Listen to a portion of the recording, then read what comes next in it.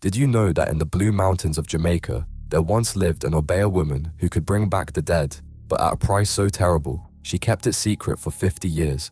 Me grandmother used to tell this story when the rain fell hard and the duppy dem walk. Deep in the hills lived Mother Essie, known for her powerful Obeah.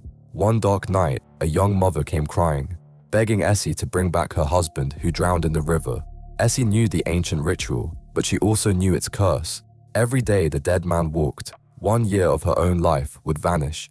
Still, seeing the woman's tears and her hungry pickney dem, Essie agreed. The ritual worked. The husband returned, walking stiff like a mannequin. At first, the family rejoiced, but soon they noticed his skin cold like marble, his eyes empty like black holes, and he couldn't remember their children's names. By the time they realized the thing wearing her husband's face was just a walking corpse, Mother Essie had aged 30 years in 30 days. She died watching their horror, knowing some prices are too high to pay.